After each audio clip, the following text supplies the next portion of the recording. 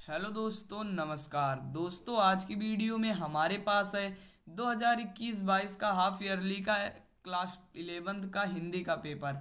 दोस्तों ये पेपर बहुत इंपॉर्टेंट है और 30% जो कट चुका है सिलेबस उसके हिसाब से यहाँ पर छप के आया हुआ है। और इम्पोर्टेंट बहुत है पेपर, क्योंकि इसमें बहुत सारे इंपॉर्टेंट क्वेश्चन पूछे गए हैं। तो वीडियो को पूरा देखना ताकि आपको इस पेपर का पूरा क्वेश्चन अच्छे से समझ में आ सके। तो चलिए यहाँ पे वीडियो को स्टार्ट करते हैं। यहाँ पे हमें समय 3.25 घंटे दिया है, पूर्णांक 100 का है, कुछ सामान्य निर्देश दिए, सब आप पढ़ लेंगे।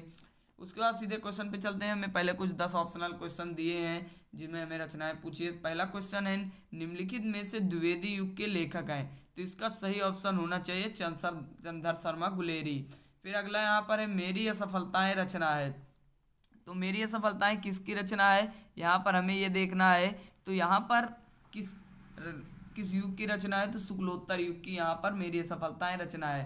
फिर अगला क्वेश्चन है, जहाज का पंछी उपन्यास के लेखक कौन है, तो जहाज का पंछी उपन्यास के लेखक यहाँ पर इलाचंद्र जोशी हैं। फिर उसके बाद अगला क्वेश्चन है, देवेंद्र सत्यार्थी की रचना रेखाएं बोल उठी किस विधा की रचना है, तो यहाँ पर ये है रेखा चित्र। अगला क्वेश्चन है, उसने कहा था, अगला क्वेश्चन है उसने कहा था किसकी रचना है या कहानीकार है, चंद्र शर्मा गुलेरी का सही ऑप्शन होना चाहिए सही आंसर। तो अगला क्वेश्चन देखते हैं।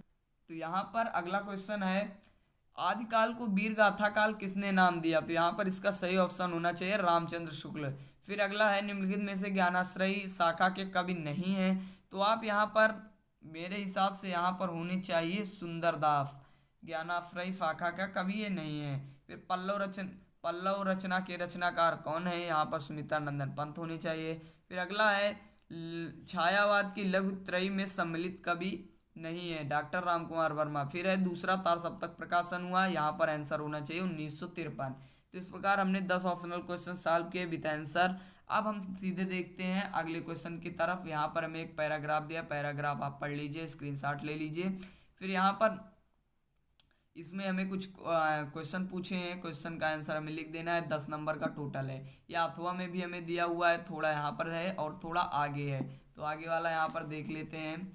तो यहाँ पर बचा हुआ ये है, इसमें भी उसी प्रकार क्वेश्चन पूछा है। फिर इसी प्रकार हमें एक पद्य भी दिया हुआ है, अथवा में भी दिया हुआ है, क्वेश्चन पूछा है, इसे लिख देंगे। यहाँ पर 2 पद्य हैं, दोनों में क्वेश्चन पूछा है। तो क्वेश्चन को देख के आप स्क्रीनशॉट ले लीजिए यहाँ पर। तो यहाँ पर एक स्क्रीनशॉट ले लीजिए और यहाँ पर भी एक स्क्रीनशॉट ले लीजिए।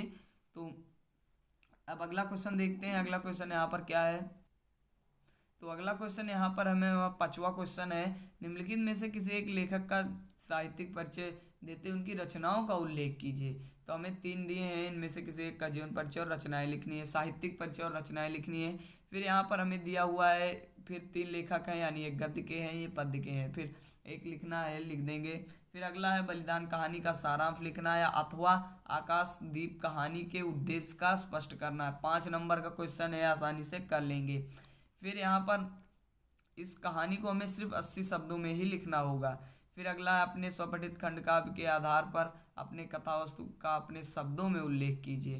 प्रथम अंक की, यानी प्रथम अंक की, या हमें नाटक के प्रमुख पात्र यानी नायक का चरित्र चित्रण करना है। 5 नंबर यहाँ पर भी हमें आसानी से मिल जाएंगे।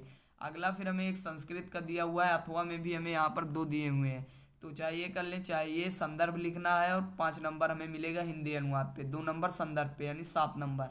तो यहाँ पे हमें 2 दिया है, दोनों का स्क्रीनशॉट ले लीजिए। और यहाँ पर फिर इसके बाद हमें एक दिया है श्लोक, यहाँ पर भी अथवा में होगा, सा न तो सा न भुन सा वीरम करवा वह तेजस विना अधिमस्तु माँ विदिशा वह।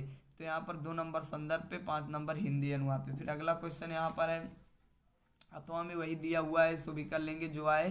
फिर उसके बाद है क्वेश्चन नंबर 9, यहाँ पर हमें मुहावरों का अर्थ लिखना है। नाक का बाल होना, थाली का बैगन होना, जहाँ चाह वहाँ रहा।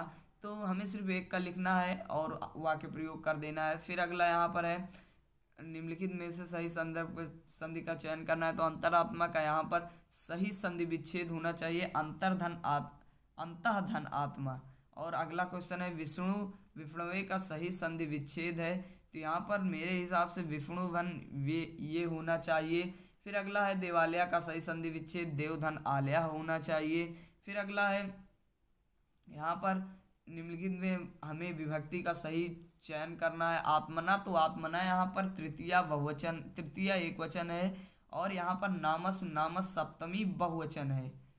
तो यहाँ पर ये दोनों भी सॉल्व हो गए। फिर अगला यहाँ पर है निम्नलिखित शब्दों का सही चयन कीजिए। पहला है प्रारंभ, प्रारब्ध, तो यहाँ पर सही होना चाहिए आरंभ और भाग्य। फिर अगला क्वेश्चन देखते हैं यहाँ पर अन्न, अन्न, अन्य, अन्न और अन्य का होना चाहिए अन्न माने अनाज, अन्य माने मतलब दूसरा।